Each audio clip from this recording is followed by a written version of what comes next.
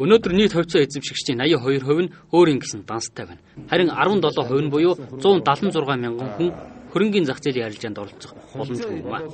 Тиймээс нийт хувьцаа эзэмшигчдэд зориулан эрх ням гарагт нээлттэй өдрөлөг Сүхбаатарын талбай зохион байгуулжээ. Өдрөлгийн үеэр ямар компани хувьцаатайгаа мэдэхгүй байгаа хүмүүст иргэний үнэмхийг нь үндэслэн дансыг нь шүүж өгөх, өв залгамжлал хийлгэхэд ямар баримт бүрдүүлэх, хөрөнгө оруулалтын эрхийн бичгээр дансаа үнгүй нээлгэх, дансаа шалгуулан ногдол ашгаа хэрхэн хаанаас авах болон эрсдэлд орсон мөнгөний тухай зэрэг олон мэдээллийг эндээс авах боломжтой болох нэ.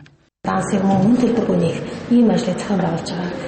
Ногдол ашиг болон ногдол хувийг манай компаниар тараалгаж байгаа. Эдгээр компаниудын мөнгийг бол харилцагчнаар шууд энэ өдөр авах бас бүрэн боломжтой байна.